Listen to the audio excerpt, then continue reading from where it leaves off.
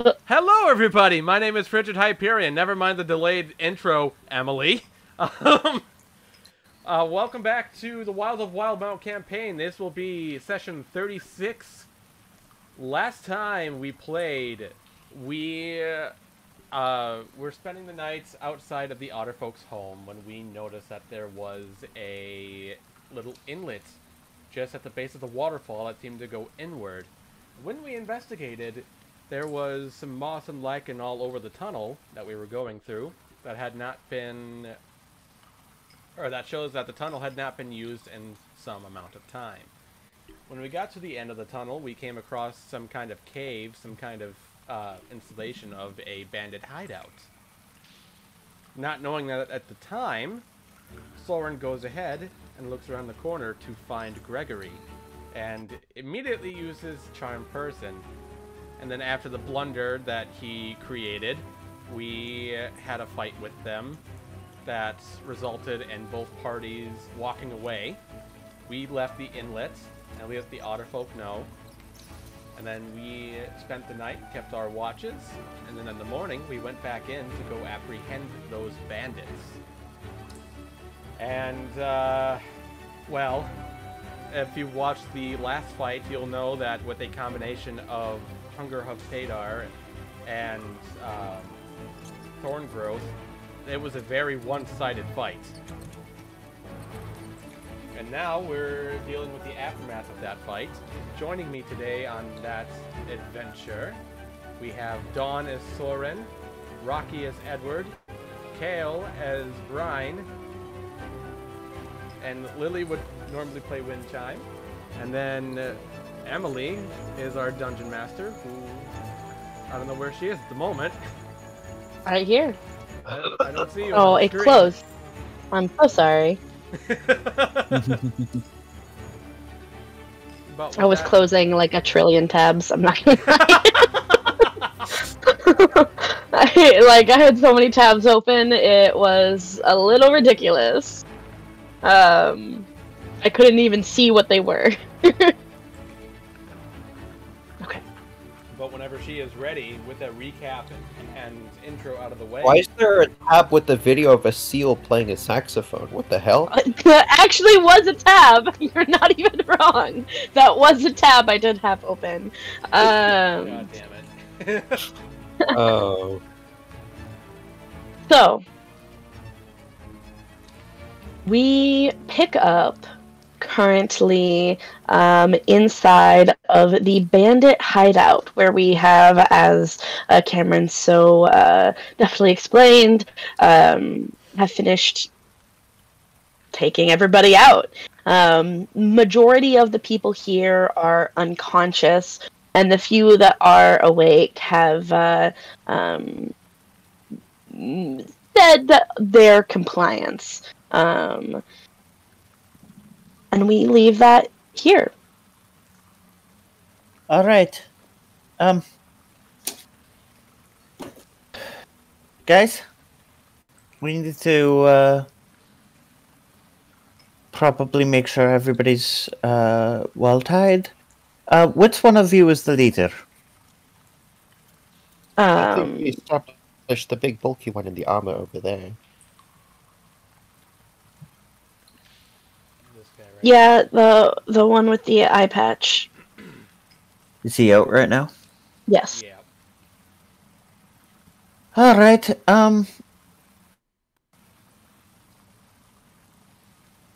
I'm going to go over and since I don't actually have a way to get him to 1 HP. I mean, We would if our cleric was here, but Would it make more sense right now to, treat the wounded? we have Not treated the worry wounded. about. I think they pose little to no threat. In that's their not the case. point. We need to talk. We need to figure out.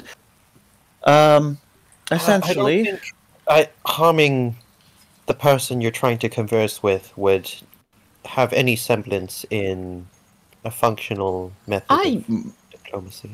I'm trying to revive him. He's knocked out currently. Oh. Well, We got a healer's kit. That we do. We got a potion, right? We have potions. Let's use the healer's kit. Do you mind, Moonzik? Not at all.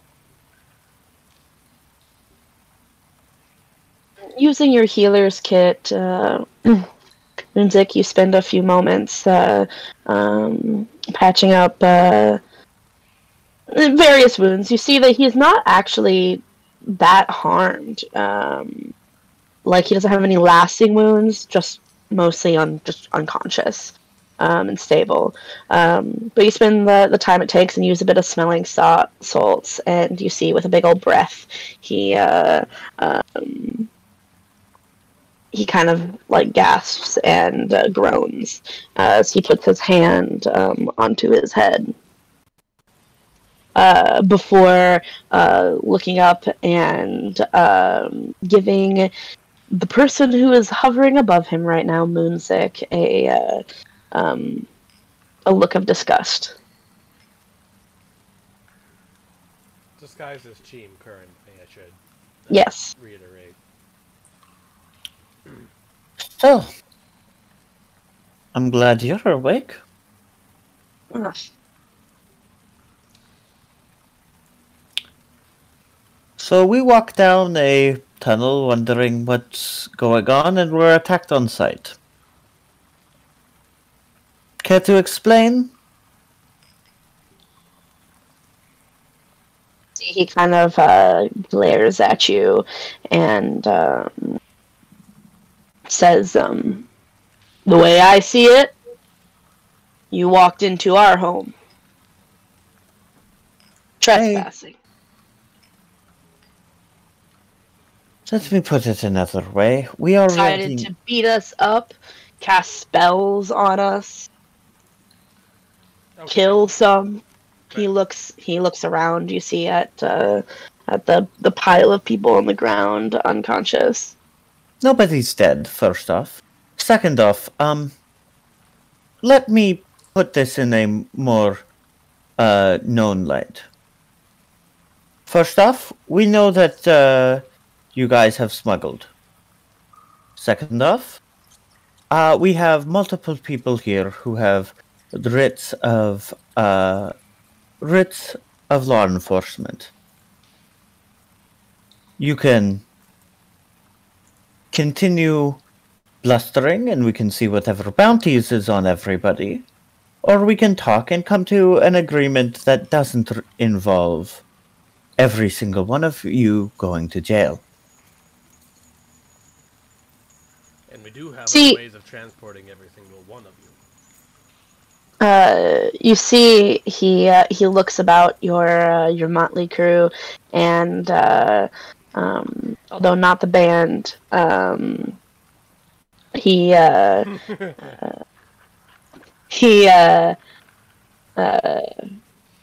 he kind of grumbles to himself and says, "Do you all have those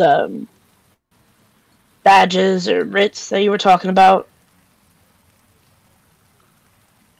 I have to see some authority." I flash my judge's pin. Yep, Cheem reaches into a pocket and pulls his out. You see, he looks very disappointed. Anybody with a passive insight higher than 12 can see that he was clearly hoping that was a ruse. And is disappointed in the fact that it is true. He says, "Look, everything we have been doing here is been mostly legal. Look, we don't mean anybody any harm. Just." What is it you do here? Honesty will genuinely be your best chance. I tend not to judge people on first impressions, surprisingly enough. He kind of like grinds his teeth. Well, mostly exchanging goods. We've heard this before. What kind of goods? You see, he gives he kind of puts his hands out in front of him and turns and stands, or turns, doesn't actually stand, and cracks open one of the barrels, crates that are behind you. And inside is full of sort of packing material, wood shavings, paper, the like, and he reaches in and pulls out a like what looks to be a candlestick. Not the candle, but like the stick, the holder. Yeah. And then he digs in a little bit deeper, and he pulls out what looks to be a pocket watch. And as he continues to do things, he shows you just common everyday goods. Just items. Things. Specifically those that have been separated from their owners, no? Found. Yes.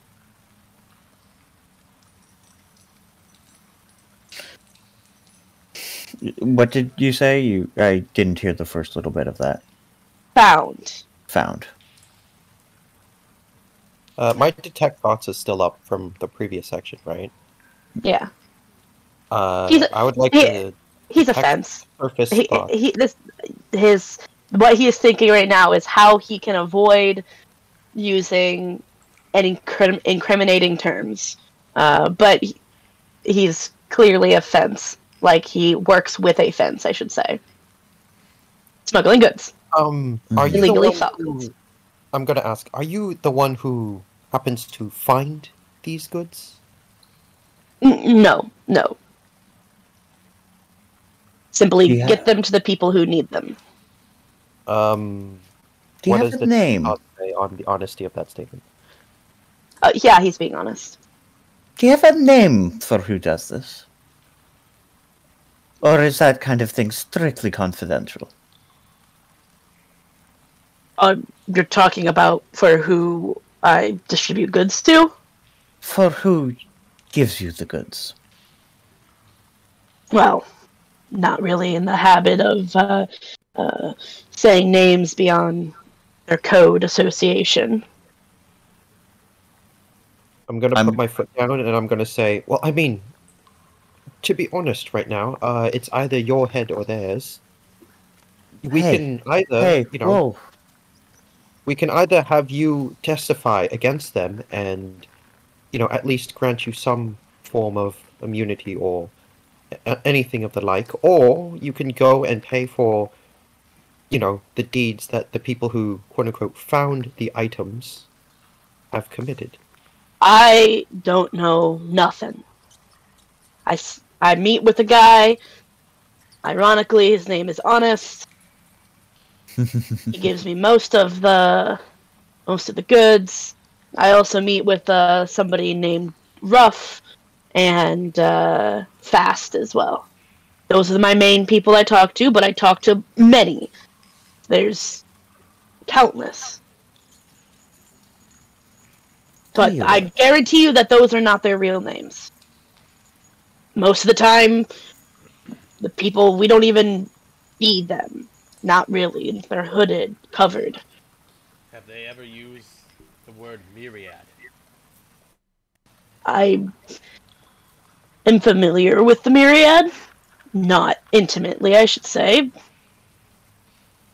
I've heard the name. So, you're saying you have no connection whatsoever? None. Neither positive nor negative. Your detect thoughts, you get that he is very worried. I just have heard it before. That's a lie. you know, because he is brief, like, again, because you're just going a brief overview of what's going on. You know that he is very worried about the Myriad. Have they threatened you? I know nothing about them. Yes, they have, Edward. Well, clearly, your face shows that. Well, clearly your face shows that you're scared of even the mention of that word. Would you like to get back at them? What do you know about them that would warrant such a reaction? All I know is they're serious people. Don't fuck with the Myriad. And what if you had the chance to fuck with them very anonymously on the behalf of some people who are maybe considering letting you out of a far worse situation than you'd be with them, than you'd be without fucking with them?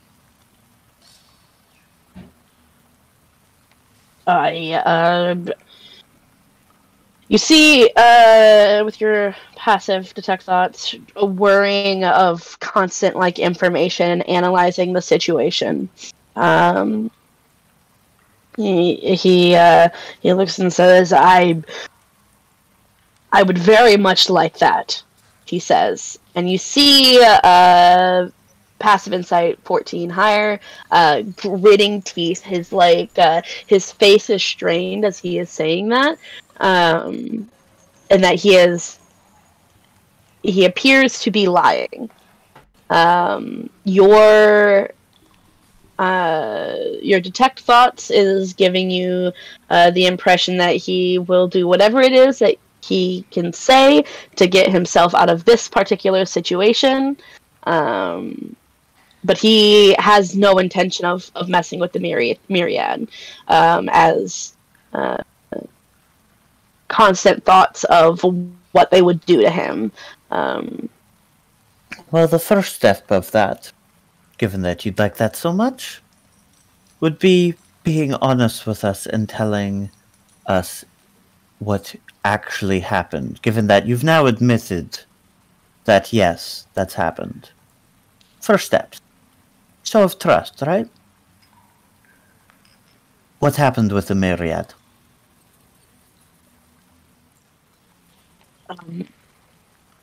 Your best chance is to make friends here. And I'm trying my best to persuade him here. Oh, would you like to try to roll a persuasion check? I would like to try and roll a persuasion Absolutely, go ahead. I recognize it's not I'm not going to give you but... I'm not going to give you advantage for this, so you can just roll a straight one. Yeah. I know it's not mind control, but I'm trying to be as friendly or seem as friendly as possible. With a 16, he kind of leans back and puts his head on the crates that are behind him, and he says,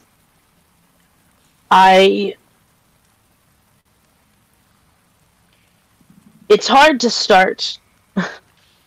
Do you know who the Myriad are? You wouldn't even be asking me these questions if you knew who they were. We have a run-in with them. Do we know the people that are running the Myriad? Not quite.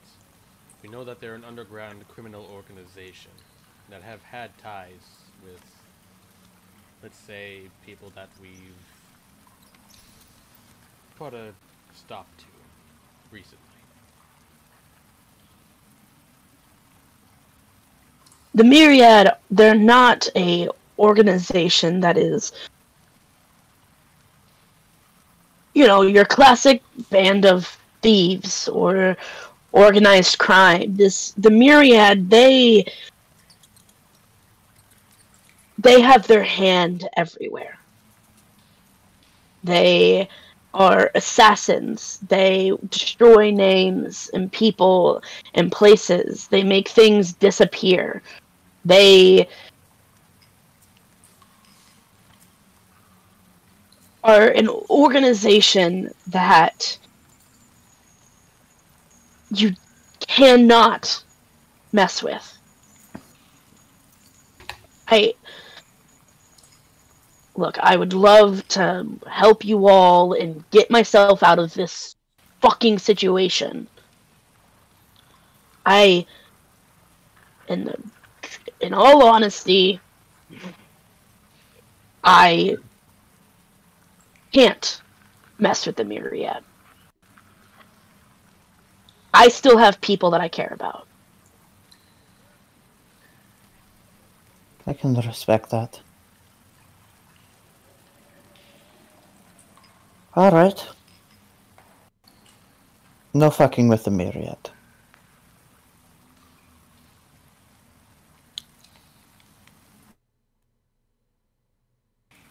Let's say we had some of the Myriad stolen goods that were hard to get rid of. For obvious reasons.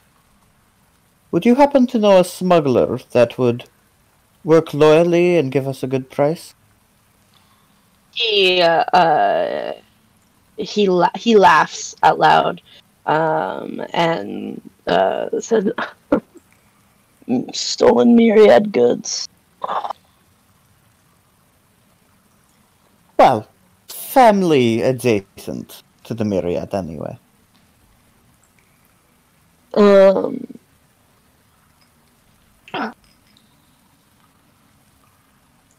I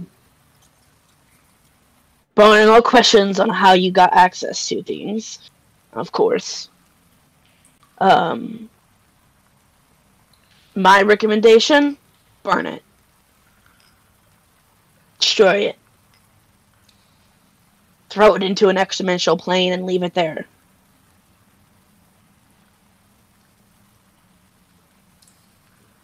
No money in the world is worth dying over. Or worth genuine fear in his mind, although his face doesn't show it.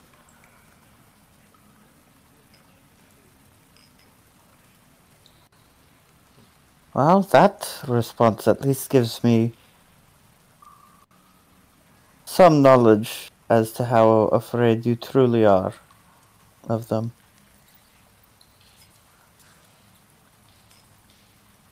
Look, what can I do? What I would love for everybody to leave here happy. Well, What can I do for you? you can provide me 3 things. 1, compensation for the diamond we used to help out your friend. Perhaps in the form of that cannon over there. 2,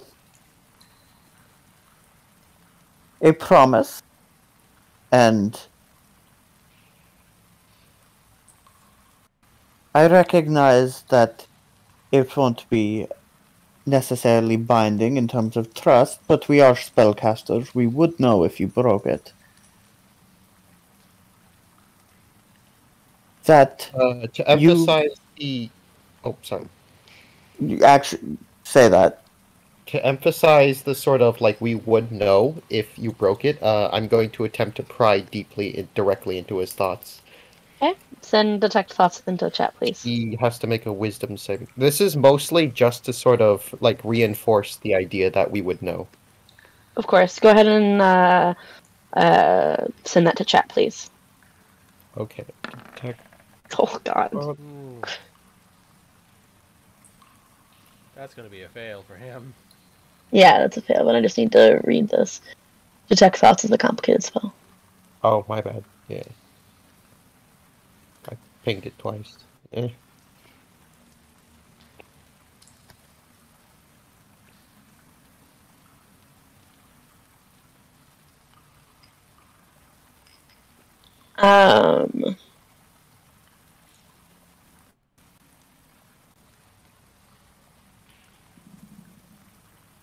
Are you looking for anything in particular? I guess you would immediately know his reasoning is self-preservation, and the preservation of his crew. His emotional state, he is scared and angry, and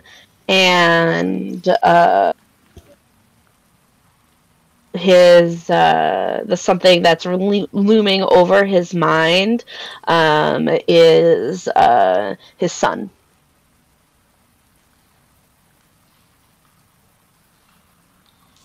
I mean, I'm not going to threaten his son. That would be too low for me. You see, he kind of like grabs his head, and his face twists into that of pain, and you can see in his mind he's attempting. I mean, obviously, as the spell, he's attempting to think about anything other than what he is currently thinking about, and it is not working. And anger is the most prevalent thing right now. He is mad, and he's mad at you all. He's mad at the fact that his mind has been invaded. He's mad at the world. You do get the sense that with that, just give you a little bit more in depth.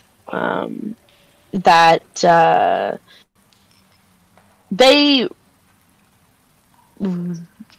he's also there's a large amount of guilt as well, as he's trying to like cycle through his away from where his mind is at. It's a large amount of guilt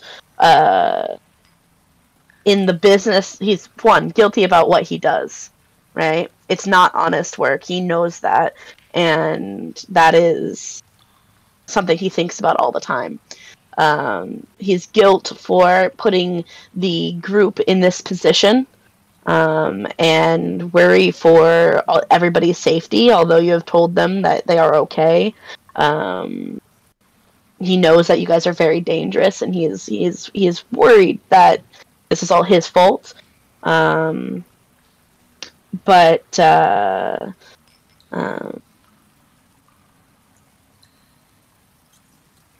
that?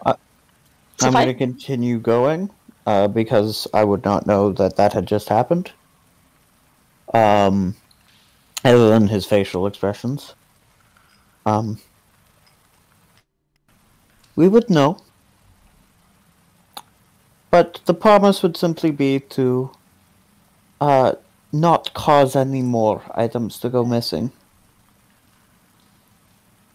You can continue about living here, not paying taxes, continuing your business. The final thing.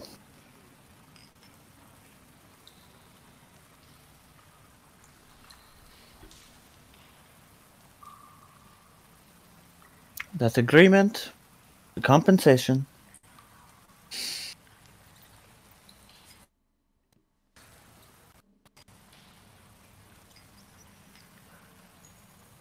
the supplying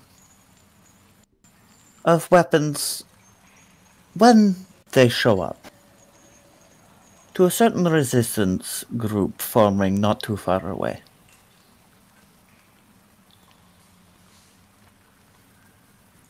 They wish to overthrow corrupt governors. That it's not exactly legal, but it is right. Something I think smugglers, especially those who just keep to themselves, might be a little more happy to do than others.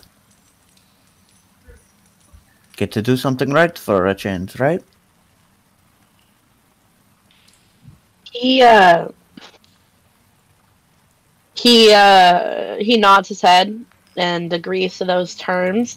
You, though, probing into his mind,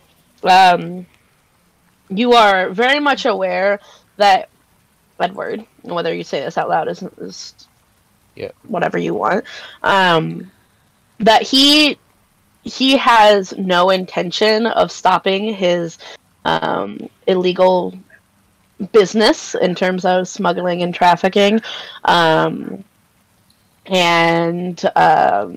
You know this because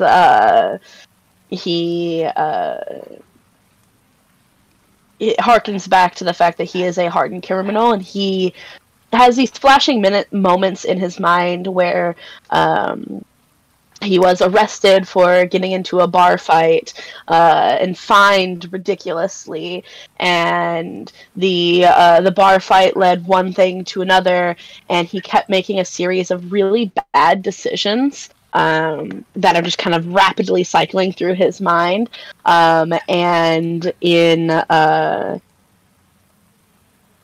basically across the area, he knows that he will be unable to find a working job, and he has to make a certain amount of income for his son, who has really bright aspirations of one day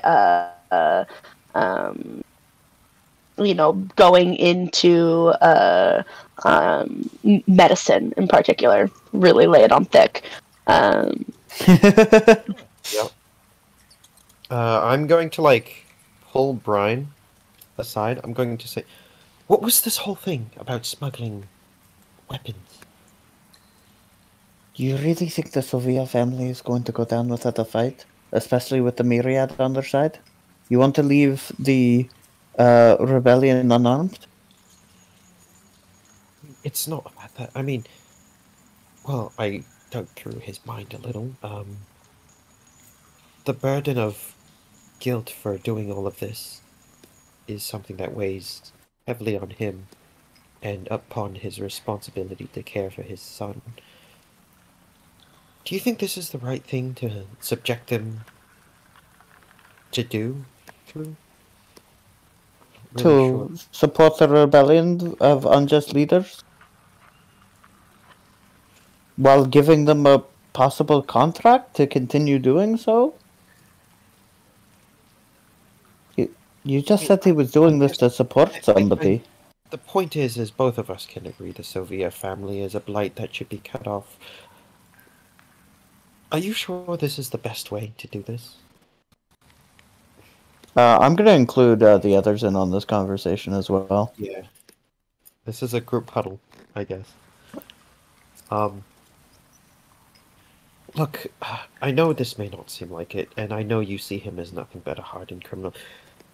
This man's guilt weighs on him, and so far, from what I can tell, he would like to have...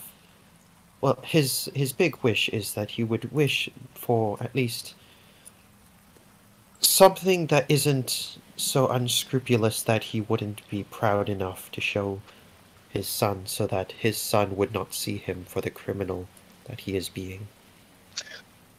You notice immediately that Soren is not near you. Speaking of Soren, what are you doing? I am checking up on Gregory to make sure he's okay, and if he is still kind of out, I'm gonna grab some food from that little area where I first saw him and kind of just hang out with him, just to make sure he does not get away, B, just to make sure he's alright. He's unconscious, but he's alive. He doesn't look actually physically harmed at all. He's just the tranquilizer dart. If not friend, then why friend-shaped? True. But yeah, no, he's gonna grab something from the cooking area just to snack on, and he's just gonna vibe for now. Okay. Away from everybody else? I'm gonna say, do you think... I think the greatest compromise we could possibly make is at least... Do you think we can offer them something to do on the island? Are you kidding me? I mean, I know, given their history, they That's the worst aren't the idea. most trustworthy figures, but think about it. We can offer them an honest job, and if we ever needed any sort of information about... Well, I mean, about anything related to criminal or smuggling, we can ask them. They would probably know. It would be good to have at You least wish a to leave of that kind on our side, even if it's the character reference here on either of our sides isn't exactly great. I get that you're used to procuring employees from killing leaders, but, like, come on. I vote no on this one. Specifically because that's going to be separating this man from his son, with no way to escape, or to get back to him besides us. And the fact that we don't know if we can take them at their word, and if they can make contact with the Myriad on our island, they will. Well, And then there if goes they're our part fort. of it, but If they're yes. part of it. And then there goes our fort. There goes our island. Edward was saying they're almost definitely not part of it, but have been threatened by. Either way, I do not think that this is the way to go about easing whatever guilt we feel for essentially assuming and coming in for attack and attacking. What I do think we can do is we can provide support. We leave up this business. Whether they regret it or not, they've clearly chosen it. And I guarantee We'll have the promise, and I don't think they'll break it if they truly believe we're as powerful. I guarantee you he has no intention of stopping whatever he's doing. I never asked him to stop. I said he could continue. Actually, you did say. You No. stop. Yeah. You said stop. I said stop more. causing other people to lose, but the movement of goods can continue. Basically, I said don't steal, but you can continue to smuggle. Yeah, I definitely got a different interpretation based off of how that was said. And Yeah, so I was very careful with my words there to say you can't steal because we promised the otter folk that we'd make sure there were no bandits. If there's no bandits here, He did already that is admit the that he worst didn't. way to technically be right. and He also he's- said he never did. he also Right. said that, and he was apparently truthful. So we just say continue doing that. You can continue smuggling. We'd like to take the cannon as compensation for the diamond we used to revive your man. We just took the cannon. And we'd like you to provide weapons when they come around to a insurgency group, which I am actually very concerned about having the means to fight against the Myriad. Wait, are we giving the cannon to the insurgency group? No, we are stealing the cannon. I want the cannon. Oh, That would be a So hell of then a thing to give to an insurgency group. Holy fuck. That would be fun. But no, I want the cannon. James going to stroke his beard a little bit, like stroking it down to the little point he has formed. He takes a deep breath and he turns around to, like, gets a grip huddle, so I'm like right there. I'm going to turn around and face him. I'm going to say, before any final decisions are made, I do want to ask a couple of questions.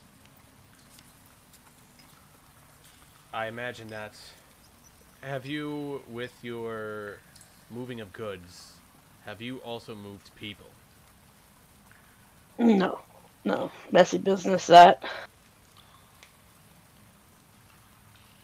Edward? yes? Is he being honest? Yeah. What does my detect thoughts cry on? He thinks of somebody named Geyser, who because you still get in depth understanding, right? He thinks of a man named Geyser who once had tried to get him to smuggle a group of slaves, small, like 4 people, and he vehemently said no. So he's had the opportunity, and the opportunity was no. He declined it. Fair enough.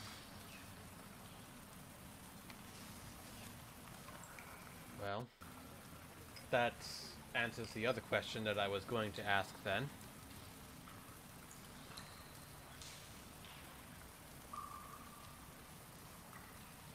So what do we want to do about this from here on out?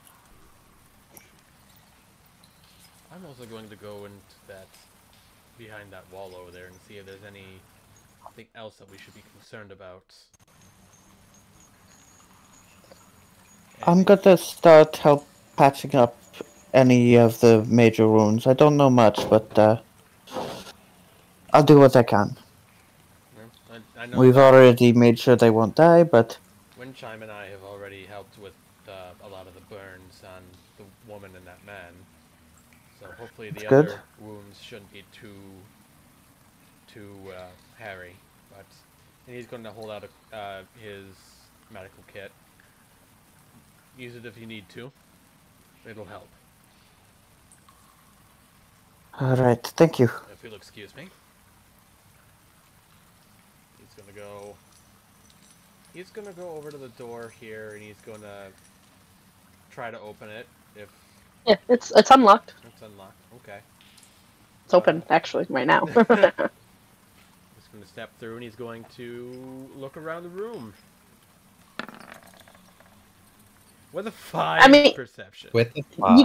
You can tell that this room is clearly where the leader stays most of his time. And you see like a wardrobe, a backpack, and a chest. Not too much going on there. There is something off in the corner, but most things looks pretty standard, like a room. Nothing terribly out of the ordinary. He's gonna come over to the chest here. If I do this right, yep. And the first thing he's gonna do is gonna take out a dagger, and he's gonna stab the top of it. You've successfully stabbed the chest. Oh no, my beach ball.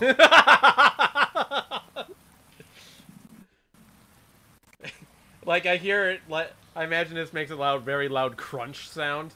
And I'm like, and I imagine the wall is not solid, so he just calls over, just making sure it's not a mimic. And then Yes, We've had a lot of problems with those. The woman on the ground kind of chuckles. Lean in, and I'm going to say, you eventually start developing paranoias like that when you're in this line of work. I heard that. He's going to... Although in his case, it's not really a paranoia. We've run into so fucking many. Chim's going to check the chest to see if it is unlocked. It is currently locked. And he's going to... But you look at it, it looks like a super simple lock. Ah. Alright, just going to use the thieves' tools. Go ahead and roll that, please. Why?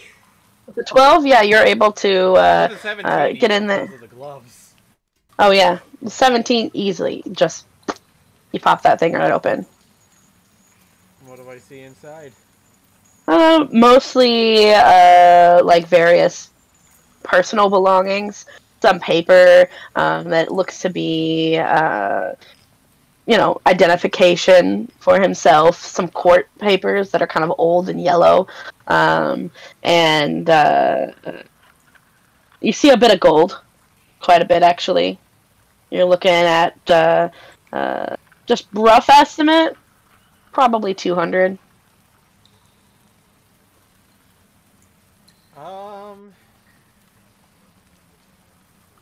Sheem, recognizing that the gold is probably being saved up for A, whatever his crew needs, and B, anything else that's like extra he sends to his son, and everything else is like standard run-of-the-mill like identification and, like you said, personal belongings. He's just going to shut it, and he's going to lock it again. Yep. Make it have the thieves tool check. No. Nice stab. You're perfectly capable of locking it With again. a big I get. stab mark It's inside at the top of the chest, you know. Oh no, Yep. my personal documents, they're all stabbed through. Oh no, the beach ball I he's stole. going to leave the room. There wasn't anything necessary that we needed from in there, so Alright. I didn't take anything out of I that room. smuggled beach. So I've just kind of helped patch up as much as I can. Go ahead and take off 3 uses of your medicine kit.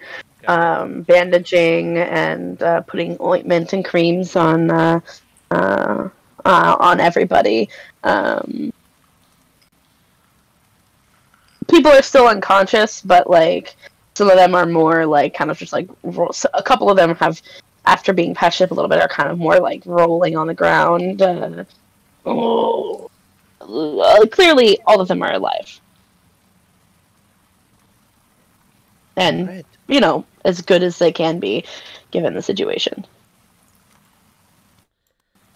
Well, that's it then, I suppose.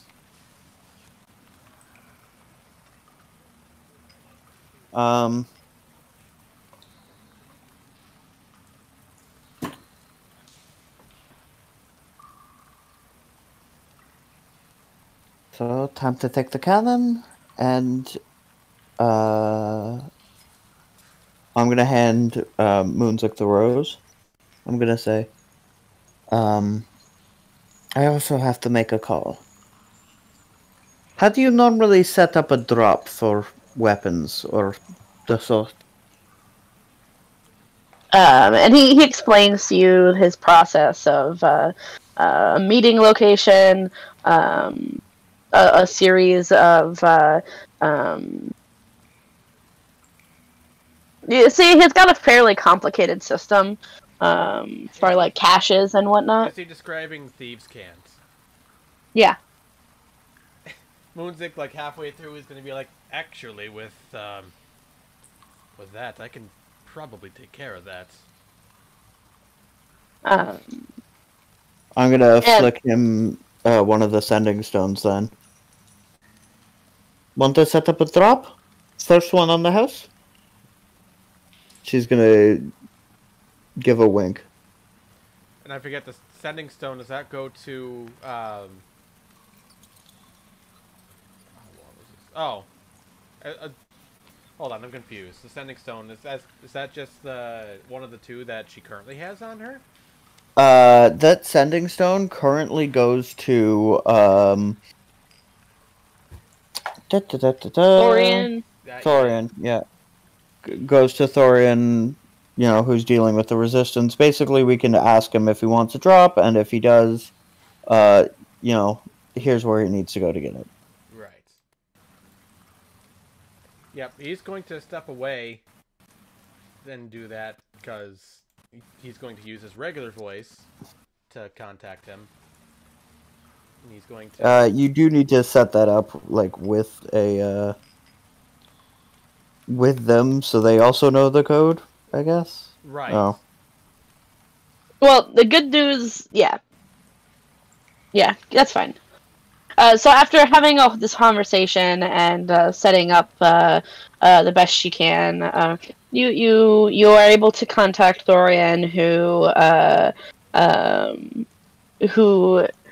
as with as sweet as he is, he kind of you have a hard time hearing him as he's like whispering into the stone, and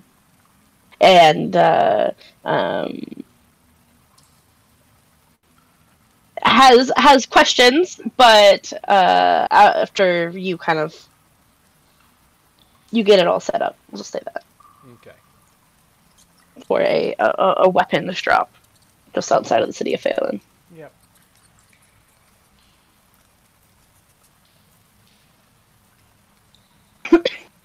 All right.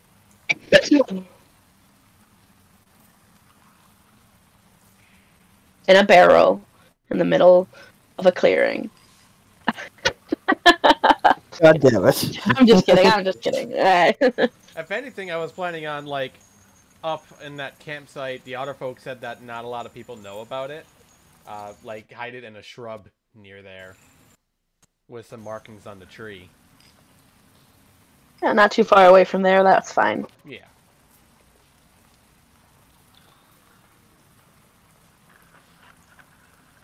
Yeah, you get the drop all set up. Okay. Alright, and he'll come back then, and he'll toss the stone back towards Brian. Alright, it's all done. We'll just need to bring them to that, where we stayed last night. Interesting choice. Not too far away.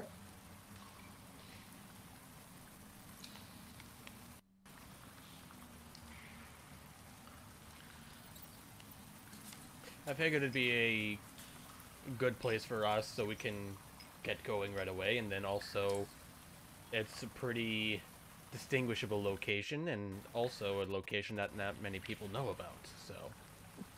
Well, I mean, we're leaving. This is for the... Oh, whatever. As long as it works out.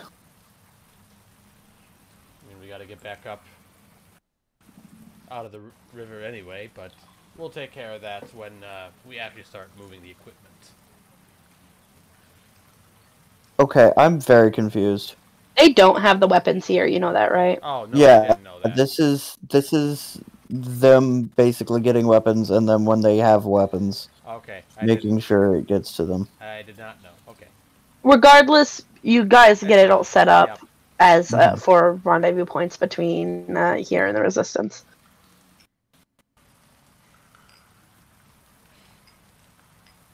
Okay. Getting the people who are still unconscious into beds. You see that the crew has kind of hesitantly started helping move people, and all that good stuff. You see this man over here, after you undo his restraints and store, kind of just hangs out with his dog. And one of them comes over to you, Soren. She's not prone anymore. And helps get the unconscious body of him up and out of the water. I'd like to think Soren is just like having a snack next to him and just talking at him. Pretty much. That's what's kind of going on. That's like exactly what was going on. He was munching on a piece of bread while just rambling. You want to ramble for me? So like, recently, some things have been going on, and I don't really know how to feel about them. Like, I'm apparently a puppet, but anyway, that's a really long story. We can probably get into that at another time, but, like, I don't really know how to feel about it. My party's a little concerned, I think. I hope. But anyway, how are you feeling? Do you feel okay? I know you're unconscious. I want to make sure, you know? I don't want you feeling uncomfortable or anything, you know? It's... I'm gonna lean over to the woman. No hard feelings, right? His head is like dangled back and like at a very uncomfortable He's gonna angle. have such a bad back at the end of today. Yeah, He's like leaning up against rocks. I'm gonna lean over to the feet are same soaking woman that wet chuckled, from being like, in the at river. music. Oh my god! Even his pants are like soaked because he's sitting kind of a bad back. He's gonna have a fucking cold at the end of the day. Oh, He'll be God. fine. I'm gonna lean over, and the same woman that chuckled at Moonzik for stabbing the box, I'm gonna like whisper in her ear. Yeah, no, in this line of work, some people are they got a couple screws loose. She went over here, dude. Oh, Yeah, she's yeah, like, she's gone. Oh. yeah, it's fine. Okay. Uh, Guys, for the love of God, will you guys help me take the cannon? Right. The rose. Let's go.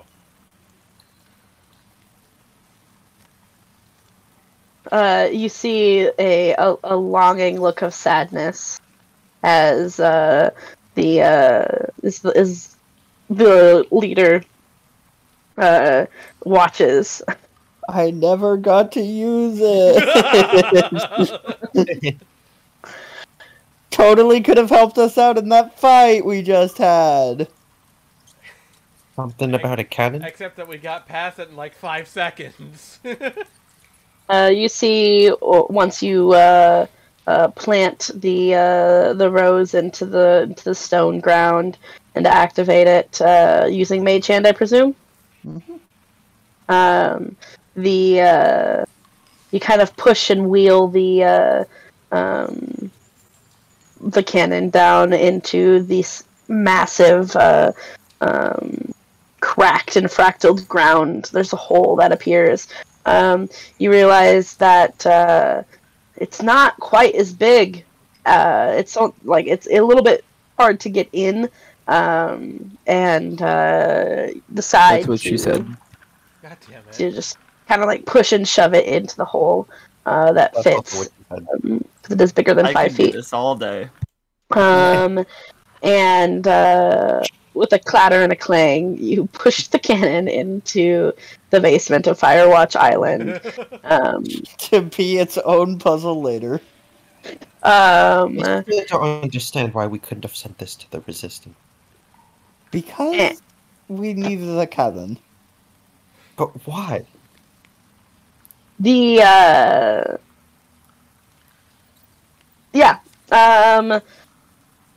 fractals on the ground have kind of cracked and created a massive gaping hole. Is kind of alarming to everybody who is watching, but after getting it shoved into the hole and releasing the watering the rose, everything returns to as normal without the cannon. And the cannonballs. And the Why would cannonballs. it be in the basement? It would be like the worst place to hold a cannon. Look, we'll deal with that later. I mean, although theoretically speaking, we could. If we ever if we couldn't find a way to bring the cannon back up from the basement, if we ever find our way back to Firewatch Island someday, we can plant the rose on the top of Well, the I island. think we'll find a way then back. pick up the basement through the top of the island. There, now you're using your nugget. But why would we need it? Why wouldn't we want a cannon? There's a difference between want and need. Well, I also wanted that diamond, but, we used it. Yeah, they Compensation. We can worry about the You semantics realize of that they only later. have 200 gold to their names, right? We basically extorted them. Yes. It's like it's like an unscrupulous and unjust healthcare system that overcharges the victims. This just sounds like most healthcare systems to me. Again, semantics. I mean, I thought churches were the healthcare systems with their clerics and healers and whatnot. Which is kind of... Can we stop having this debate and go? We can have this on the road. Yes. If we keep talking like this, we're not going to make it to Port Damali. Or Port Zune, excuse me.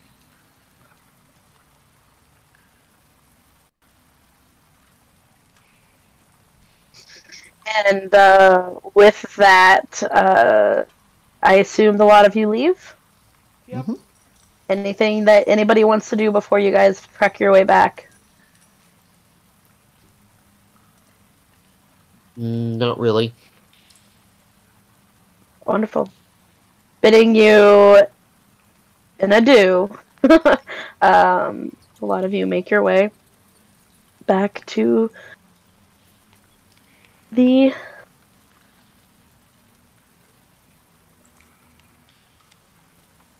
sunlit forest and river.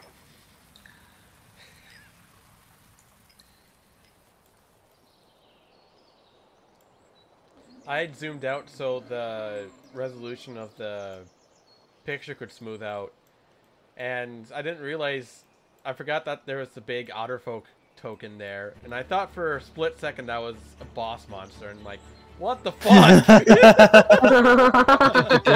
Yeah.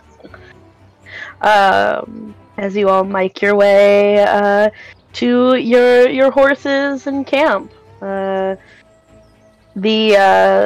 You see, actually, here, let me make this. Why is the otter folk 40 feet tall and stomping towards it? Attack Because on he's a sight. Rune Knight and he's cast enlarge reduce on himself. You come across the otter folk and Nahiri. You see the otter folk is actually perched on the edge here. Nahiri kind of just like laying back, just kind of letting you guys go about your business as she normally does, and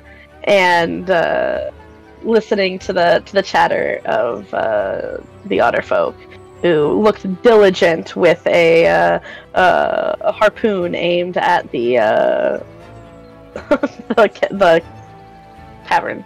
No. Well, good news. There are no bandits. Oh, that's just wonderful. You guys took care of them? Yeah. All the bandits we found we took care of.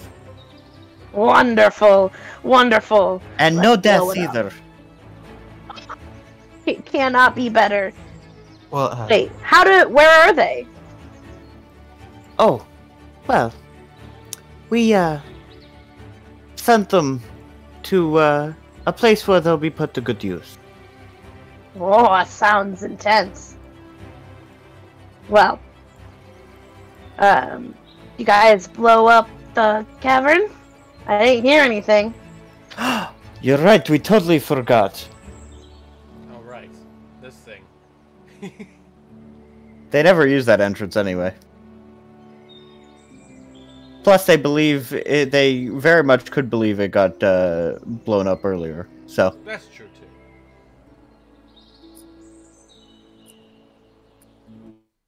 Oh, well. I mean, how would we have left then if... Well, whatever. Do you guys blow it up? oh yeah. Yeah. Setting, I assume Soren, because Soren's got the boots. Yeah. With a combination between Soren and Edward's well-timed firebolt, you hear a big and rocks tumble and crash, and a wave comes out as the entrance to the thieves' hideout Or at least that entrance. blows up. Yeah. there's multiple. We didn't just seal them in the collapse and kill them, right? We most definitely did not. With a pleased look on his face, the Otterfolk says, well, I just wanted to thank you guys so much for everything you guys have done today. I really, really appreciate you guys dealing with that problem. Man, I tell you what, if I were to, get anything taken from my wonderful home, it would be the end of me. Well, I don't have much, but here you guys go. And he gives you guys 20 gold pieces. I don't think we need to take Oh, this money. please. Sir, keep your money. After all, sometimes it pays just to do the right thing. You guys are so... Wow. Well, feel free to stop by anytime. Anytime. You guys are always welcome, and you have a place here. Thank you very much. Actually, it just dawned on me that we never got your name.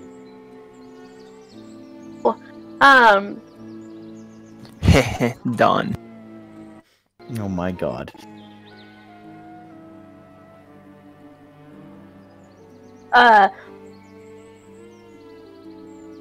My name is Kono. I like how the DM, asking the DM for an NPC's name is the thing. It just does it. It is a pleasure to meet you, Kono. What's your name? Truly. DM loading tip. DM loading tip. To immediately stop your DM's train of thought dead in their track, ask the DM for the NPC's name out of nowhere. Actually, ask for every Especially when they NPC's don't name. expect- Oh my god. Kono. It was a pleasure to meet you as well. A pleasure it was for us as well. Oh my gosh. Back and forth and back and forth. I'm getting dizzy. So much pleasure. It's just a lot of pleasure.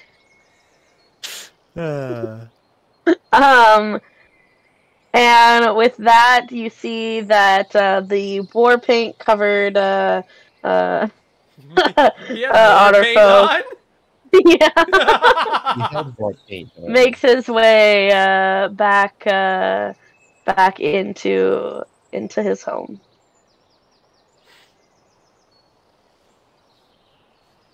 Well,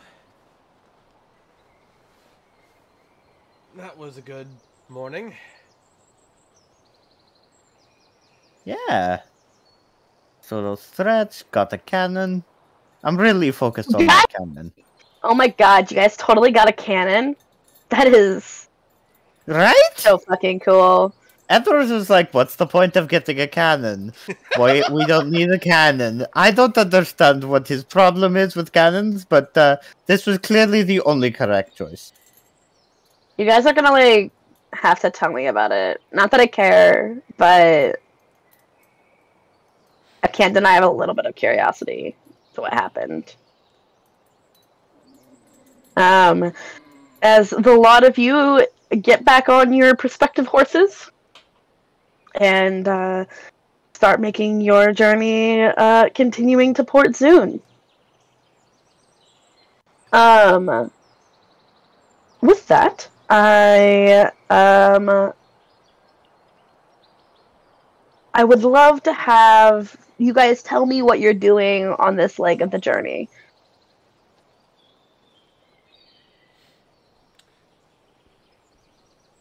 Brian is thinking about cannons. Bitches love cannons.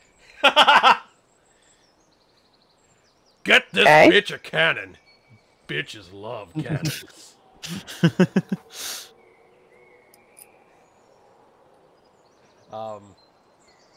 Moonzik is kind of taking in the surrounding scenery as well as kind of keeping an eye out for anyone on the road or any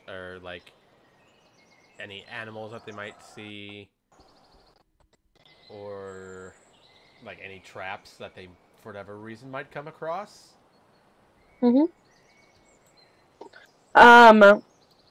Wonderful. Soren?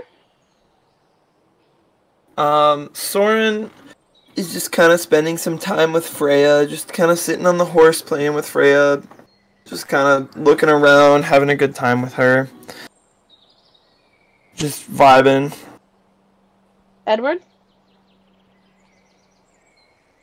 Edward is a nerd and he's going to be reading a book and also thinking about why we need a cannon. Reading Okay. a book while So, riding.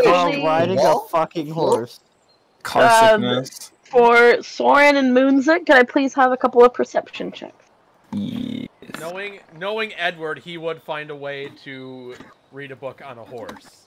You know what? Also, knowing No. Brian, she'd be far too committed to thinking about about all the possible uses of a cannon to actually pay attention to what was going on. Oh, that one. I imagine Windchime, Nahiri, and Brian are all having a conversation about what happened and also about cannons. That actually sounds awesome. That's that one. It doesn't take long for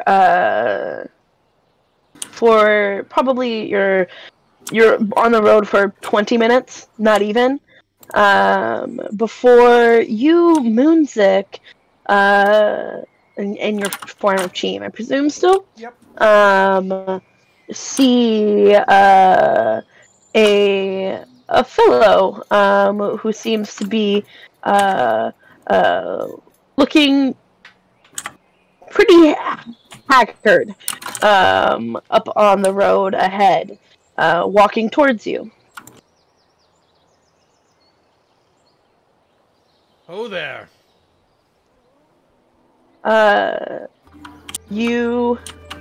This is not what I wanted. Yes, majestic music for the majestic haggard person. This one? Uses the what's his name? Uses the Groose theme from Zelda Skyward Sword. Oh my god. You see Nerd. a short man, probably the height of Soren. Damn, okay. With a lean. Soren's short, right? Yes, but still. Yeah. He appears to be very lean, and as you get closer, Moonzik, you can tell that that he looks like he is recently dried, as in that he was wet, and is now a little crinkly. Jerky style. Yeah. And he looks in a bit of a panic, and like cursing at the world, with a big old fishing pole that's just like arcing from behind his back. Is there anything? And go ahead. Moonzik kind of like Cheem is going to like command for his horse to stop, and he holds up a hand for everyone else to kind of stop as well. He looks down at the man and says, "Is there something that we can do for you?" It's at this moment that he looks up to Soren, who hasn't paid much of attention at all, kind of like off looking in the opposite direction. But he gives a terribly pointed finger and says, You thief! Come again? Huh? I Swiotta! And now you have this man who is now kind of rushed between the horses, and begins to try to grab at you, Soren. You definitely notice this. You bastard! What are you on about? We've never met you before in our lives. Soren, what are you doing? He's gonna try and jump off the horse and keep the horse between him and this person. Roll me a dexterity saving throw. Not saving throw. Or a athletics or acrobatics check. I'm cool with all of that. You said any of those? Mm-hmm. I mean, they're all +3 except for athletics. Whatever works for you. The dexterity one. Damn, that's unfortunate. Let me roll real quick. Unfortunate? Makes no difference anyway. As the two of you begin to dodge and weave around your horse, whose name is? I believe it was Twilight or Starlight, one of the two. I think it was Twilight. Twilight Sparkle. As you begin to I hate it here. give a quick and dodgy chase around your horse, the man says, "Give me back my armor, you ne'er-gooder!" He's gonna stop in his place, put his hands on his hips, say, "What'd you call me?" "Ne'er-do-gooder!" And he's gonna try to lunge for you as you just dodge out of the way. That is a family heirloom! And as chase continues. God, the Mariner's armor is this guy's. Oh, that's great. That's funny. He's gonna stop running. He's gonna pause. He's gonna turn towards him, and This man is out of breath. He's doing a full-ass sass. 100% sass. He's gonna put up his finger and be like, "Hey, you can't call me that! What did I do to you?"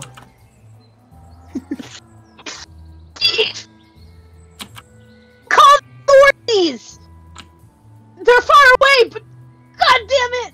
He brandishes his fishing pole, and he's going to begin to try to hit you with it. Let me see here. I mean, what? His armor. Oh, The no! nat one. Let's go! It does actually just on top of his armor. Give me a what is the fumble chart for a My God. A fishing pole? Okay. he fumbles. Okay, unarmed for an unarmed. or improvised weapon. I don't know if you have that. I don't really. I'm gonna go unarmed dex. Sure, Yeah, roll a dexterity saving throw. that's his dexterity saving throw. 8. Oh man, Oh my God. it's an 8. This is great.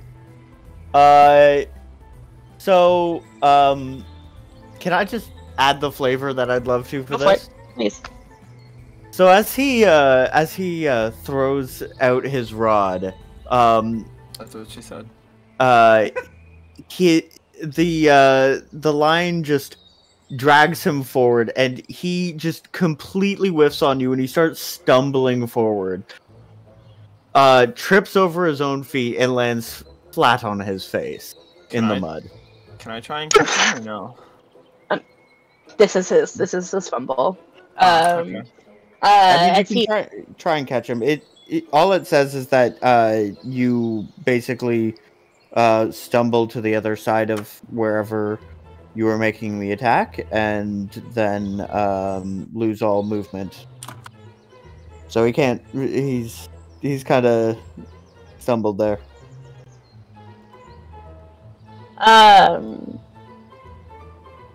Do you want to try and make a dex save? Try to save, to stop him from falling. Yikes. With that, I'm gonna say you have been trying to dodge him this entire time, and he's pretty far away. You do, however, manage to avoid the lashing out from his the flailing about from his long fishing pole, as he groans as he smacks and hits the ground. I'm gonna offer him my hand to help him back up. He takes your hand. Perhaps we should talk about this. I'm not quite sure what you're going on about, but I mean, I found this just randomly out in nature. Oh, Roll me a persuasion check. Is it? With it, yeah, just roll a persuasion check. Great.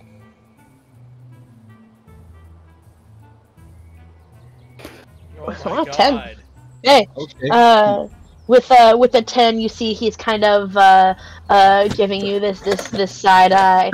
Sure, found it out in nature. It was a random world drop. Yeah, I'm being genuine. I mean, I was fishing with these guys, and it kind of just caught my hook. I You can't didn't confirm that. lose it in the water, did you? Maybe that was could have happened. That I mean, would make totally. lots of sense. Maybe I was just a few, miles ahead of here, upriver, and maybe I took a nap on the edge of a cliff, and maybe it fell into the river. And I'm guessing you went with it. He kind of glares at you. Yeah. What's with all this hostility? I didn't do anything. What? What were you? I'll be honest, I was kind of spooked. I was kind of spooked. I thought that there was somebody there. I thought maybe somebody came by and took it. I looked all over in the water and I haven't been able to find it. And then you scroll up here. And Wait. you, Let wearing my armor. let me ask if I've got this straight. You went fishing one day, and you Today. had a suit of armor with you that you didn't have on, that just so happened to fall off the cliff and into the river. Okay. I can't believe I have to be the one to explain myself, but basically I was taking a nap, right? And I was fishing off the edge of the cliff on the river, and I was maybe leaning up against my armor. I don't want to sleep in it, it's uncomfortable. And I thought I saw something, and it spooked me, and I kind of fell in.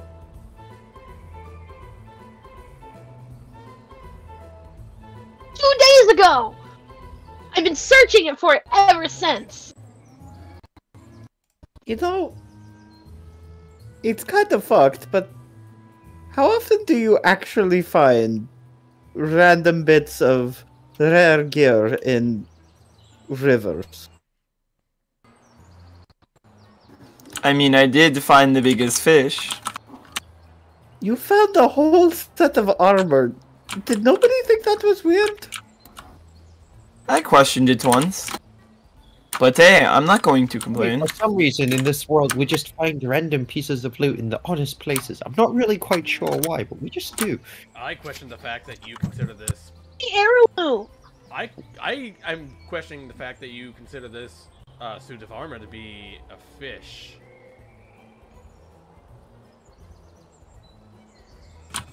I don't know. Sounds like more unpopular opinions. Yes, I lost a fishing competition, and I mean, I would have lost no matter what, even if I had caught that armor or not, but I'm getting sidetracked. I'm sorry. Look, I would really like the armor back, please. You have no idea what I've gone through.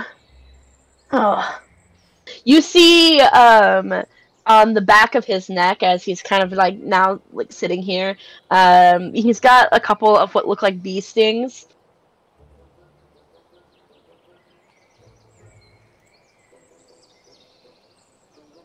I would hate to part with it, but it is yours. So yeah, I would gladly give it back. Oh, thank you so very much. Oh my goodness. Hey, try not attacking people with fishing poles. You're clearly not very good with them. As weapons, at least. I sure hell don't carry around weapons, now do I?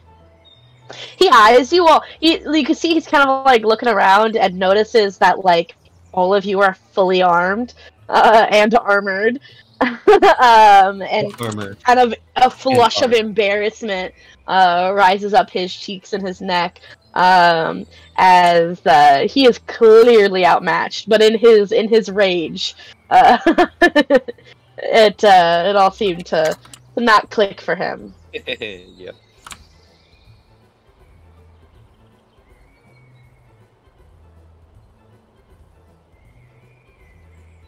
So as Sounds you like Tavern Brawler or something. Good feat. I mean, what?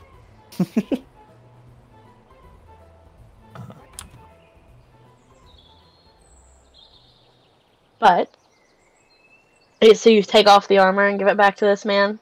Yeah, I will give it back. Yep.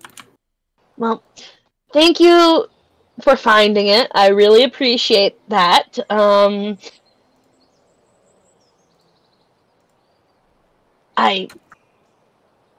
Sorry for attacking. I was a little caught up in the moment. Here.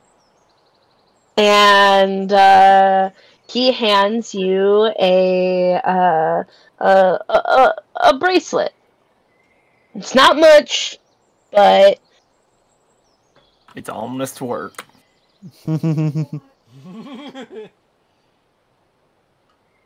definitely what I have right now. That's quite alright. No harm, no foul. So you take the bracelet, and it's a nice bracelet. It looks to be made of like a decent quality, probably plated silver. And it's kind of got chains around it. Looks like you would probably easily be able to hook little charms to it if you wanted to. How many charm notches does it have? 20. 20? 20?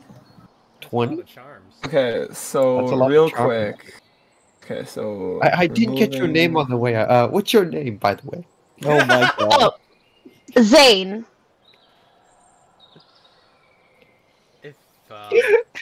If you don't mind, Zane Shaz.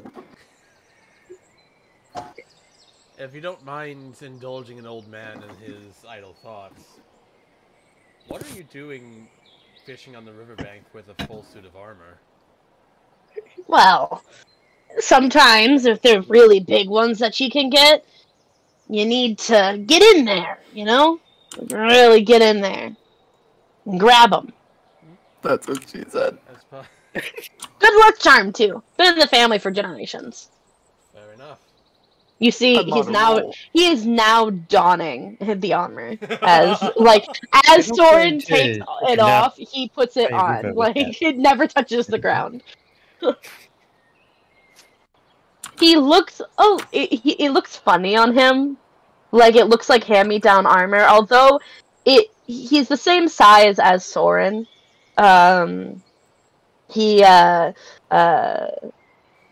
You can tell that this is a hand-me-down. It looked much better on Soren. It looked natural on him. On this guy, he's not quite bulky enough to fill it out and hold it in place. Hold on a minute. Hold Hold up. Wait a minute. So he's not as bulky, bro. I got a -2 in strength. What do you mean? Yeah, but what's your What do you call? mean? Okay, you're totally right. The armor hangs unnaturally off of him, as if it is not something that that was crafted for him. He also just looks like he looks a little weird in it. You don't know how to put your finger on it, but it doesn't fit. It doesn't fit perfectly. He kind of looks like Don't say it. a child wearing oversized clothes. That makes sense. I feel like I'm under attack right now. Hmm. First, I've been called short, and then compared to another short guy. Do you hate me, God? I was cursed with being small. You have a lot of curses. I can Okay. deny it no Okay, longer. okay, let's not do that. Well, thank you anyway. Of course. I'm glad to help. And with a after getting everything on, and a wipe of any dust that might be remaining, he begins his trek back the way he came, in the same direction as you all are going. Oh, that was interesting.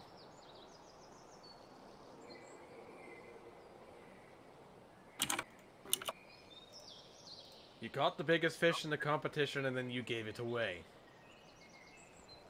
Isn't this what you're supposed to do? Catch and release? I mean, didn't we keep the rest of the fish and eat them? I would imagine so, yes. I don't know. You guys Did did. you really want to eat that armor? Mm. I mean, not Hey, the armor. whoa, I whoa. don't think anyone here would consider armor to be fish. If we would have kept it, I would not have eaten it. And I don't know if I would have let you guys either. I mean, I've heard of diets that are high in iron, but that's a little ridiculous.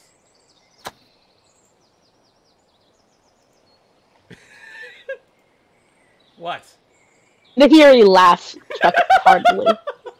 The pity. Because it's iron. Oh, sorry.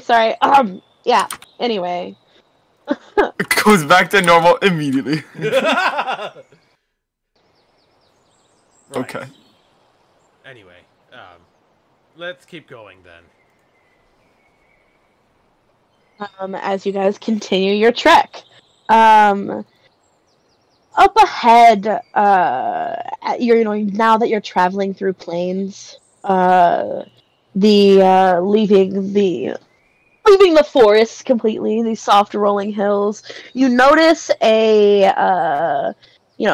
as the evening progresses, that off in the distance there is a dark-looking cloud forming beyond one of the hilltops ahead. Wow, that's a really dark-looking cloud forming over the hilltops God ahead. damn it! You actually know this is Port Zune. The heavy smog and smoke in the air from the industrial city. Moonzik, you are familiar with this. Alright, cool, we're going to Fantasy San Francisco. Oh, for fuck's sake. I hate it here. But you are getting closer. Although you have a feeling you'll probably arrive dead in the middle of night. Do you think breathing the air here would reduce your lifespan? Meh. If you're living here, probably. If we're passing through... I don't know.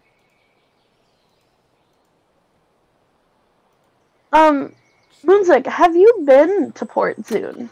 I imagine he has a handful of times. Okay. Let me tell you a little bit about the city, for what you know. Obviously, Port Zune is a coastal city, but well known for being an industry city with science and metal beams, tall stone structures, There's always seems to be a surplus of strange towers uh, that have arcs of light, of lightning and energy going between them. Um, for vibes, it's a steampunk city. I was gonna say it kind of gives off that vibe.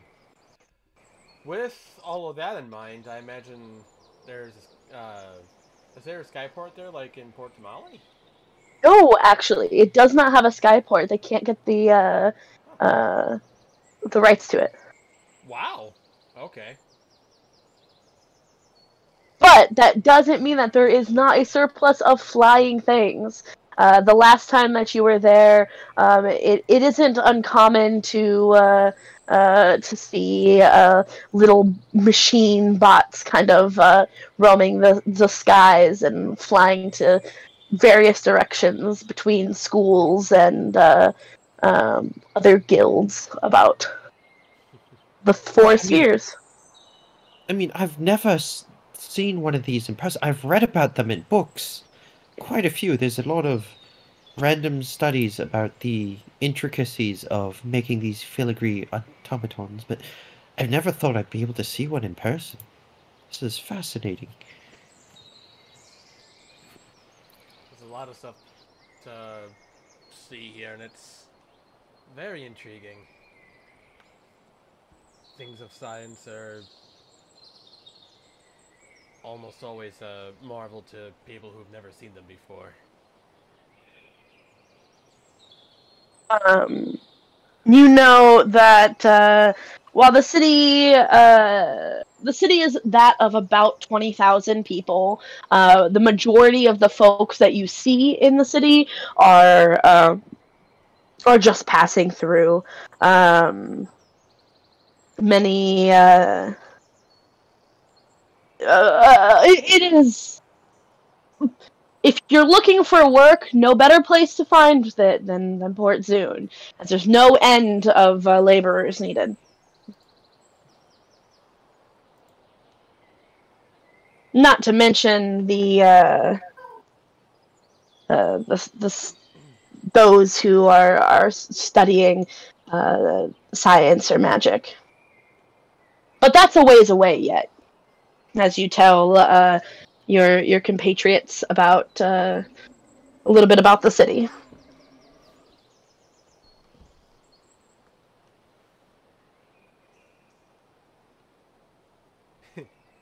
There was one time that we actually took up a job within Port Zune, and Dardek wanted to try using one of those machines that flies around. He couldn't quite get the hang of it, and I took the controls, and, well, it seems I have a knack for it. He cursed me all the way back.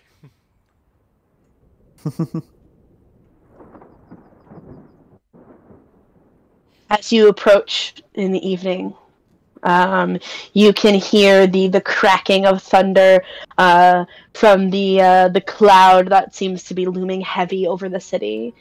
I'm sorry, I thought you said that was smog. It is. I was talking Oh, to... sorry. It is, but, well, there is lightning that's arcing between a lot of these structures as well.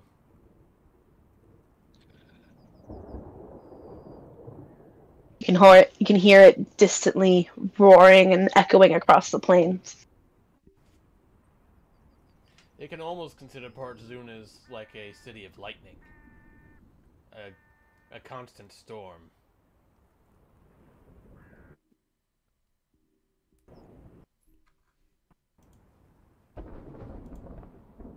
This is why, as much as I like passing thunderstorms, a constant one would be a bit of a headache, which is why I favored staying in Phelan over Port Zune.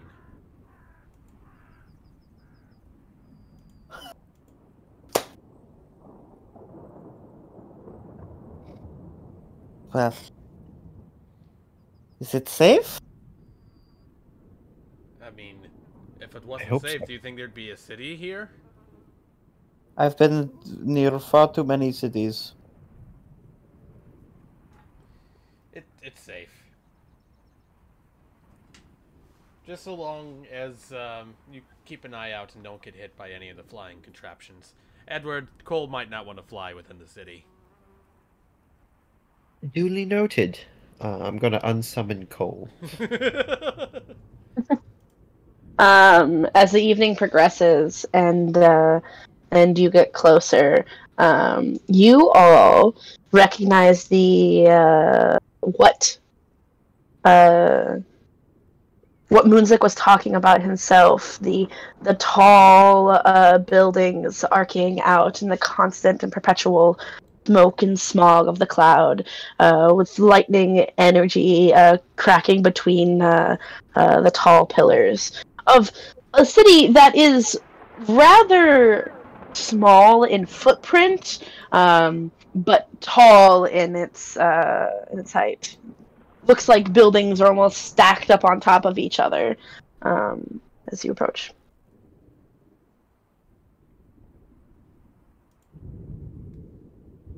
You can already hear the hum of talk and people. That's much louder than I thought it was. Do you think they have a marketplace that sells ornithopters?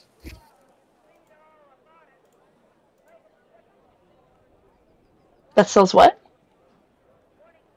Ornithopters? Ornithopters.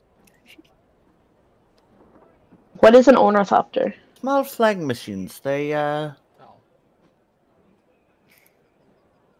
They're based Oh, off I birds, see. and they work mechanically. Oh yeah, totally. I definitely knew what that was.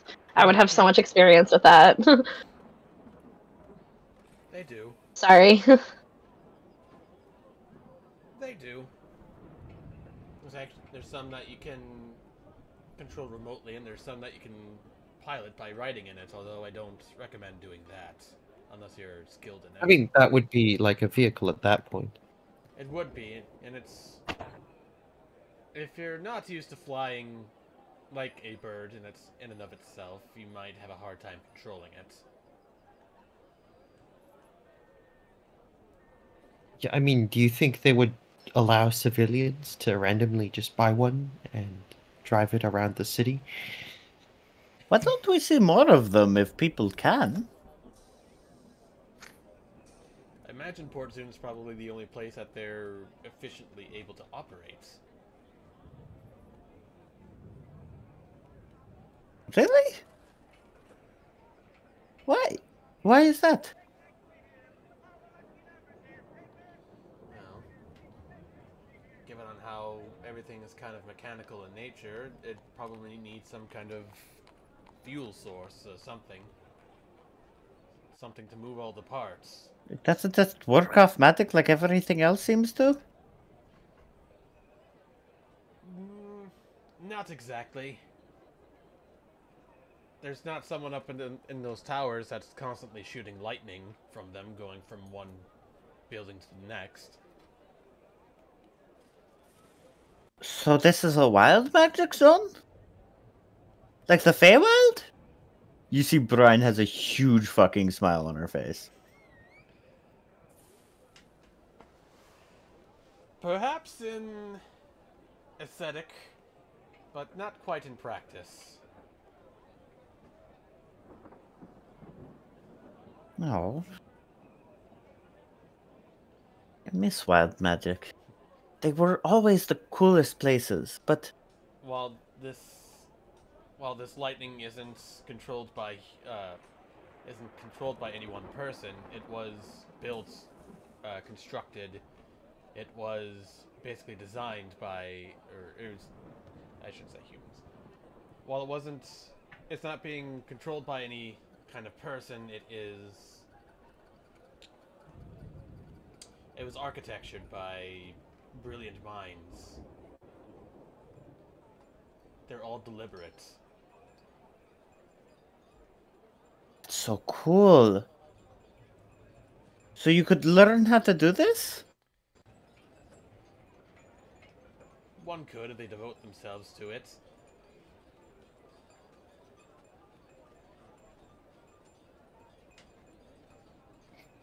And I suppose I do have a little bit of knowledge of it. Never mind.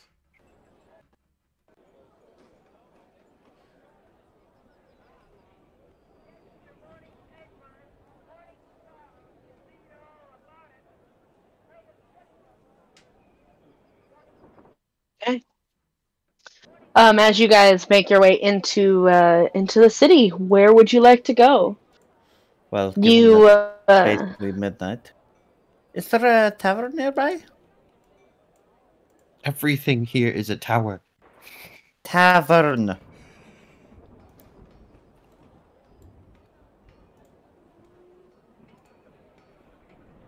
you gather that there's probably one nearby.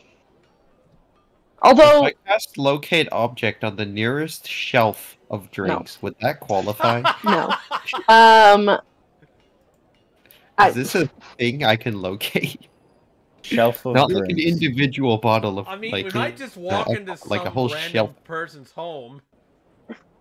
So you all have your horses as well, which you are able to take into the city. But you quickly have to dismount as you come into the maddening labyrinth of paths between the tightly clustered buildings. You realize that there is a tavern that has a big sign that's lighting up in some sort of pseudo magical manner that kind of flashes like neon as it says in about 3 stories up, connected across with the Skyborn Bridge. Well, a place to stay. How do we get up there with the horses?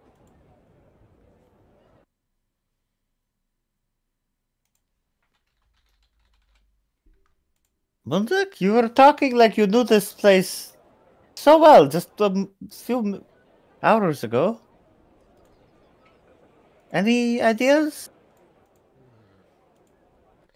I'm not as familiar with Port Zoom as I am Phelan. It's been a little while, actually. And certainly, you've never come here with a horse.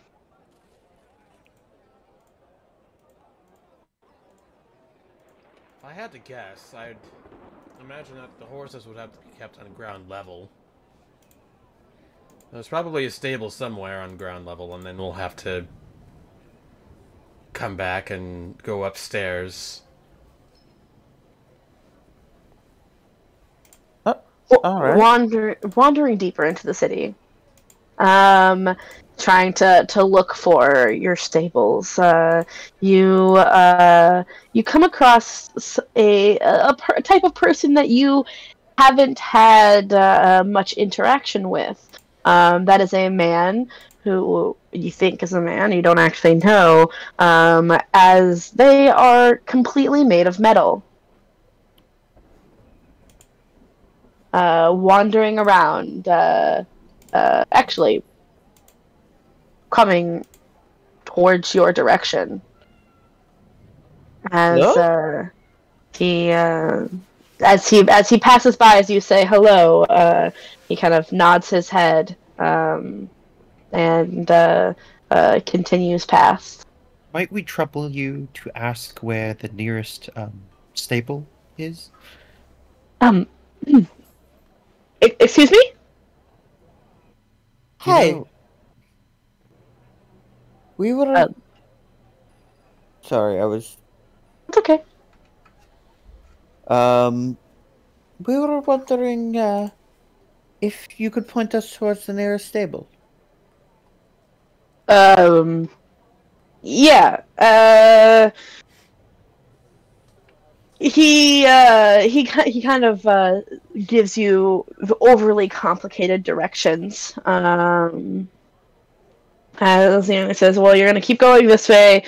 Take a right, pass 5 alleys left, then it should be a couple blocks down on your left. Take a right, 5 alleys left, then it's on our left? Yeah, On our about right. Alright. 5 alleys down, then to our right. Thank you so much. And he gives you a quick nod as he goes about his business. Well, Well, at least we know where the stables are. let's go. Yep. You We're gonna what? keep our eyes peeled for a tavern on the way there. Just because Moonzig ends. Well, you already know where a tavern is, not too far back from you, but maybe you'll be able to find another one. Go ahead, and just because I'm curious, and why not? Rocky, you suggested this, so go ahead and roll me a straight d20. Let's look at odds. Let me pull this up, actually. I need to... I mean, we're about to, like, rest anyway, and I got, like, a port and die. Should I do it? Yes! I force a 20.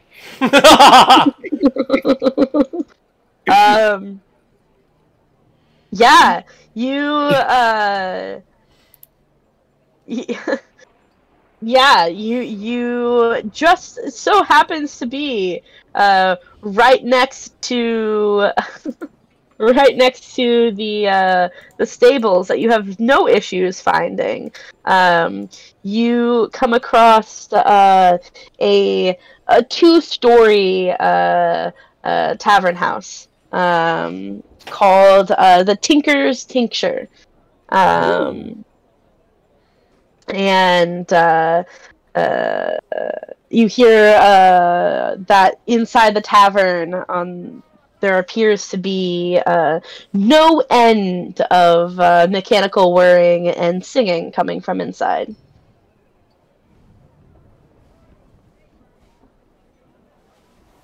Alright then. Happens to be literally right next to the stables. Literally right next to it. Man, I don't think we needed a 20 to find that, but there we go. No, that was because you got it. The random So you're roll was a saying 20. my Yeah, foreseeing abilities literally just shifted changed that me. entire aspect of the world. Yes. No, Like you control. foresaw the fact that this particular stable would be next to a inn. Oh, that makes more sense.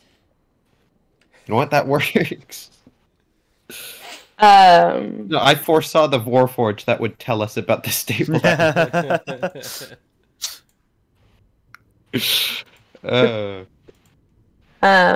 As you guys enter the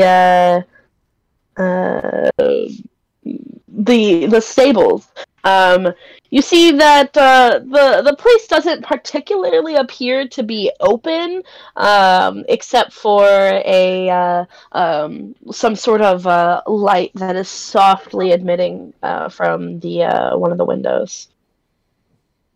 Hello, late night travelers. Totally going to ruin your clothes.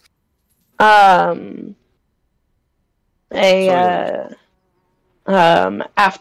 a few moments, you see a young boy. Funny enough, I actually have a name for this boy? yes, a young boy named Birch, who opens the front door and says, "Oh, hello, welcome. Horses, yes, absolutely. Boarding, presume." Yeah. Yes. Let me just look. He pulls out a piece of paper from his pouch next to him and kind of fumbles with it and says, yes, hello, Hi. my name is Birch. He reads off of he reads off of a piece of paper and says, welcome to Green Haven, the best place in Port Zune to board your horses. He gives you a bit of a smile. We offer very reasonable rates at 5 copper a night per horse, food not included. And what is it with food included? Let me just, yeah, you see he's kind of like looking down further on the paper. 5 copper. So 5 copper, That's a very food reasonable included. price. Great price. So I'd in total, a silver a night per horse. Oh, you guys have a lot of horses. Moonzig's gonna hand over 2 silver pieces, paying for his and for Animo's Mhm. horse. Oh, thank you. Do we have name? Xanadu and what was Animo's horse's name again? Gosh. That's a weird name for a horse. Yeah. I'll take what's Animo's name for his horse again. I'll take him and Xanadu back. Right away. Thank you. And you see he kind of like pushes the paper back into his pouch and takes the horses back. There seems to be like a door that, as he approaches, opens automatically. Is plenty tall enough for a horse. As he leads them in. As he goes through the door and then starts to shuts behind him, Sheem's gonna say, "Wait, no, that wasn't actually the horse's name." Of course. Never mind. And after a few moments, he comes back out. I just realized that you guys probably want the rest of them boarded too, huh? Yeah, that would be great. My name is Right, well, Brian, and this is Riptide. Riptide.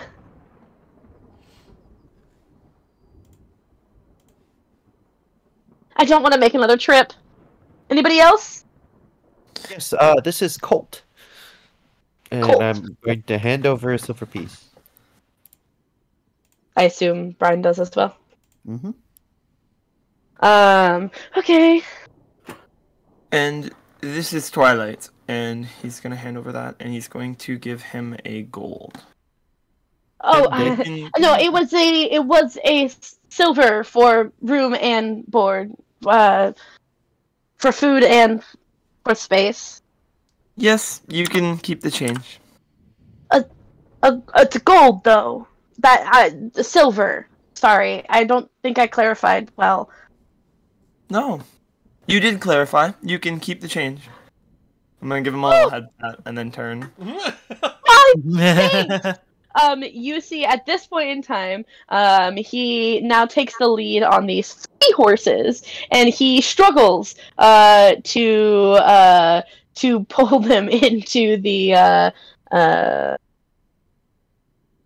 Brian's gonna go up to Riptide. She's just gonna pat him on the neck.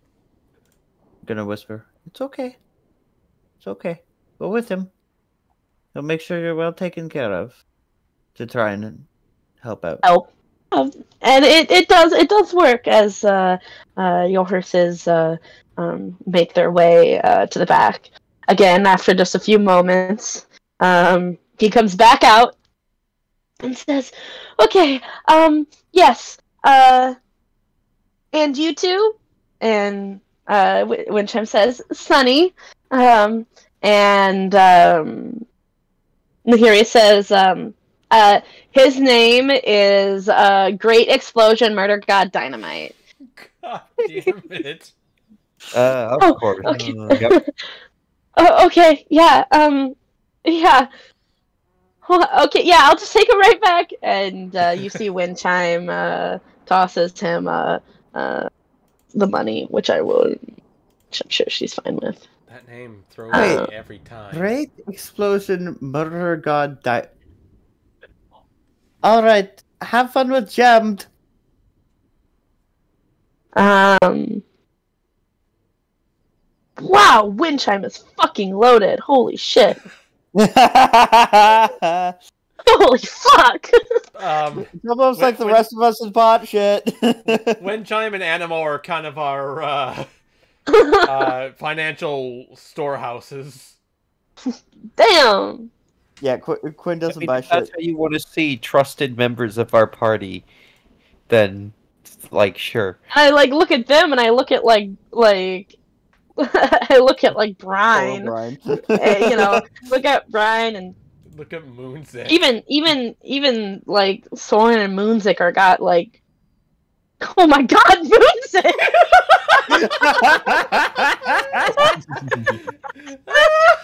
I can't believe you paid for both of them. Oh god. Oh, that is so funny. Oh, Wait, I'm God. confused. I have 6 gold. It's not really well off, right? Because I don't want to take that much from our stockpile of gems and gold. Oh my god. Oh my god, that's great. Eventually, That's the yes, best I'm thing going I've to take ever a gem or heard. 2 and sell them and have... Eventually. And have spent money. That's so funny. That came out of nowhere for me. Like, as Oh you my guys, god, that's have- great. That's you guys wild. have dropped your horses off at Greenhaven, and make your way to what was the name again? I have it pulled up here. Tincture's Tincture. Tinkerer's tincture. Tinker. That's what. Yeah, Tinker's. Yeah, Tinker's Tincture. There's a 2-story tavern. As you walk in, you see there is an assembly line of like rotating trays that seem to be dispensing drinks from barrels for then bartenders to serve, and a conveyor belt that wraps around the balcony railing of the second floor. Down into why? Give me just a second. Somebody have a DM loading tip.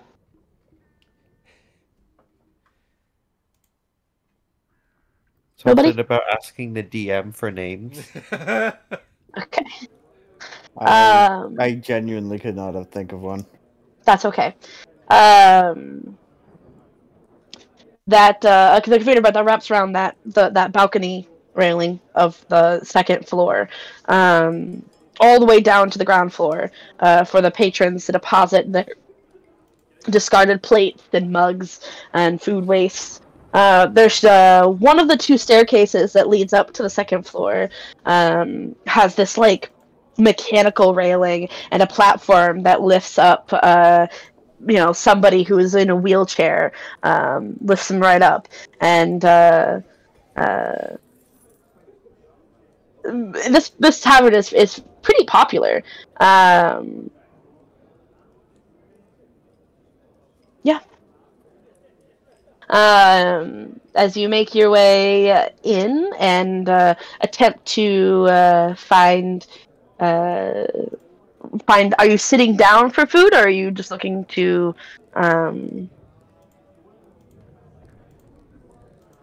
stay the night, or both? Food first. Food first. And food first. As as you all find a place, a table. After just a few moments, on the conveyor belt, there is a menu that swings its way around for you to grab and order from, with a pen, like a clickable, like ballpoint pen. On the menu, you see right at the top the signature drink called the Tinkerer's Tincture. Name, of course. It appears to be a dark brown ale that makes one ears ring with the sound of grinding machinery for a few minutes after finishing it. Highly popular. I'm and sorry. Yeah. What? It's kind of like a thrill. This place is known for that kind of drink, I would imagine. This is why people come here, and it's why it's this tavern, and the drink itself is popular.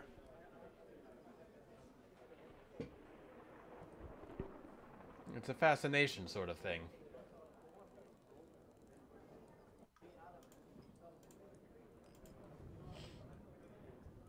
You see that there are a variety of noodles and spicy meats and a great deal of fish and seafood.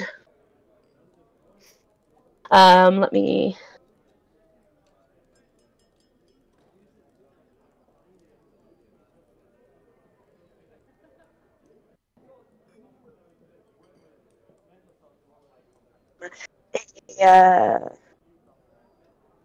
A burning bread, which is rye bread with poppy seeds topped with fried pepper. A woodcutter's grilled stew, smoked venison that is grilled over a fire, served alongside honey and vegetable soup. Red sea butterfly, a fresh red fish steamed cooked with wild berries, accompanied by a glass of red Sylvia family wine. And sunken treasure, a thick vegetable fish and shellfish stew that you can select to be served hot or cold. And the Ephesian barbecue, freshwater shrimp for the grilled over a wood fire, accompanied by sticky rice. But there's also a blueberry, blackberry, and raisin jam called Orchard Blue, pixie dust, which is a minty refined sugar, and Mother Ruby's pink pie. It's an incredibly sour pie made with grapefruit jam. I think I'll try out the sunken treasure. That one seems interesting. Wonderful. Then you kind of like mark it off on the paper, the menu. I'll have the stew and a slice of pie. You do so. I think I'll join Moonzik in that. And the stew hot, please. Or I guess it's all marking off, right? Yeah. You select it, and everybody kind of gets what they want. And you, Stern? I'll have some of the jam. Okay. The Orchard Blue. As you place your orders, anybody getting anything to drink?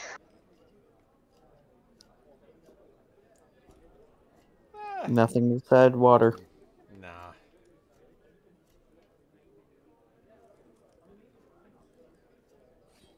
Okay. As you guys place your orders and set it back up on the conveyor belt, and you see it whir its way back around, and we are going to take our break. Sounds good. All right. Nice. We're going to... Yeah. like Emily said, What we're is the taking the name break here. of it? We'll see you shortly for part 2.